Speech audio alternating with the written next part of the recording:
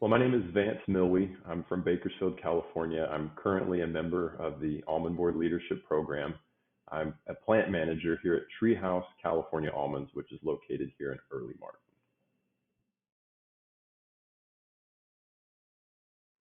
The keys to being a plant manager at Treehouse really center around the management of inventory. So we take in almonds from the field through our huller sheller into our main processing facility, which is really my sphere of influence. And so from raw material all the way through work in process to our finished goods, we are a value added almond ingredient company. A lot of the cereals that you see in the grocery store with sliced almonds, there's some connection to Treehouse there. A lot of breakfast bars, plant-based protein, and a lot of almond milk. And so as one of the premier suppliers of almond butter as a main ingredient to almond milk production, Treehouse has a direct line connection to a lot of those main manufacturers.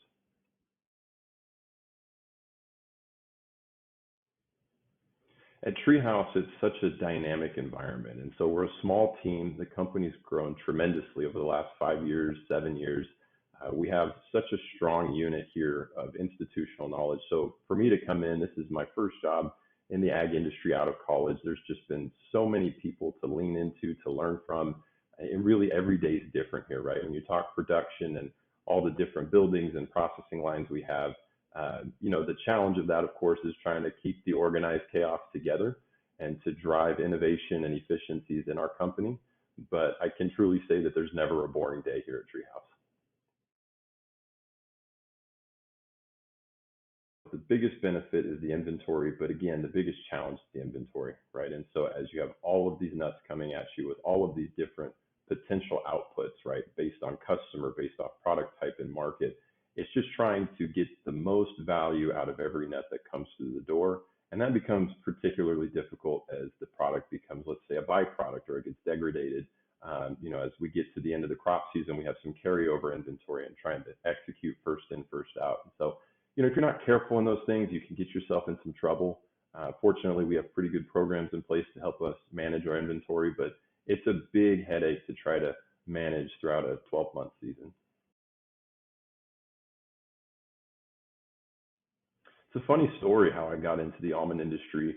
It really first started when I was in junior college in Bakersfield, and I was tasked with a job shadow assignment. And so, through a family connection of someone who knows a salesman here at Treehouse, it was sort of a, hey, Vance, why don't you go to Earlimart, do this job shadow assignment, see what you think. I think I was 19 years old at the time. And ended up being a really interesting day, did the assignment, and a couple summers later, I called Jonathan Mayer, who just retired as the former CEO here at Treehouse. Hey, what do you think about taking me on as an intern in between my junior and senior years at Cal Poly? And so came in and got to learn some sales and marketing at a kind of the ripe age of, I think I was 21 at that time.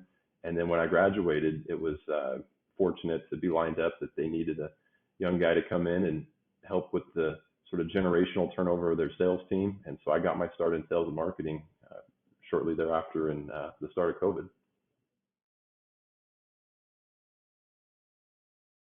I've always been sort of biased towards the summertime. It's when my birthday is, growing up, you're not in school, but it's also the end of the crop season, right? And so the inventory is at its lowest for the year. The warehouses are empty. You can kind of take a nice deep breath, do some maintenance in the plant, some pre-harvest fumigations, and sort of gear up, right? This is when everyone takes their vacations and can kind of reset before the madness begins August 1st.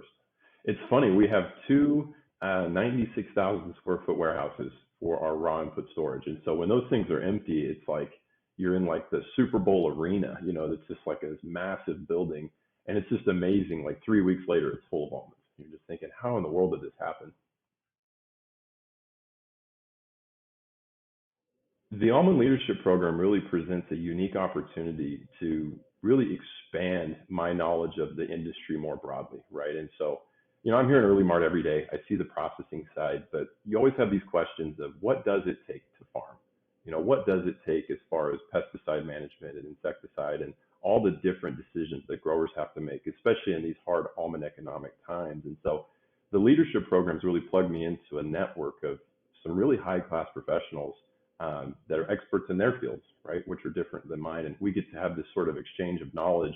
And then, of course, all the different seminars up and down the state to kind of get hands-on participation in some of these other sectors of the almond industry is something that was very, very intriguing to me. I think I'm really looking forward to the challenge of the year-long project.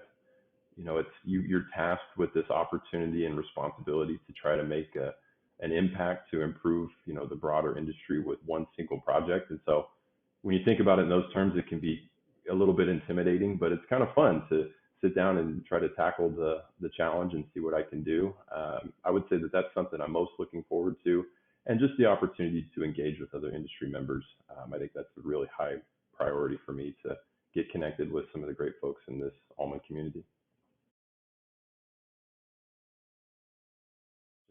My favorite way to enjoy almonds is always in our butter form. We make a Blanche light roasted almond butter. It's really not a product you can find on the shelf, and so to kind of have inside access to that is great. It's a great spread, like on breakfast toast. I put it on pancakes, at breakfast time, and it's a winner for me. When I was a kid, I was bent on being a doctor. I was one of those kids. I'm going to be a doctor. There's kind of a long story to it. I wanted to be a pediatric neurologist. When I had a kid, I was diagnosed with epilepsy. And, through all that process, I was actually able to outgrow that when I was kind of in my teenage years. But I always remember being inspired. I want to be a doctor. I want to help these kids, that have the same, epilepsy that I had. And then I got to sophomore year of high school and I took honors chemistry and I was like, I am not going to be a doctor. So I learned pretty quickly that I was not cut for that cloth. And thankfully, I was able to find a much more balanced type of home here in the almond industry where I get to learn a lot. I'm challenged quite a bit, but it's just more attuned, I think, to my skill sets and personality. I guess really cause hobby is college sports at large and specifically college basketball. And so one extension of my involvement at Cal Poly was I was a student manager for the men's basketball team at Cal Poly and probably learned more in my involvement in athletics than probably I did in classroom. And we won't talk about how much time and attention I put in the classroom versus the athletics, but that's something I'm very much passionate about. I would say the one fact about me that always jumps out is I'm very tall, and I'm the tallest person in my family. I'm 6'9", and so fun fact: not a lot of people realize most doorways are 6'8", and I always say you learn that lesson the hard way. So you always know the difference between a 7-foot doorway and a 6'8" doorway. But yeah, I definitely get a trademark for that.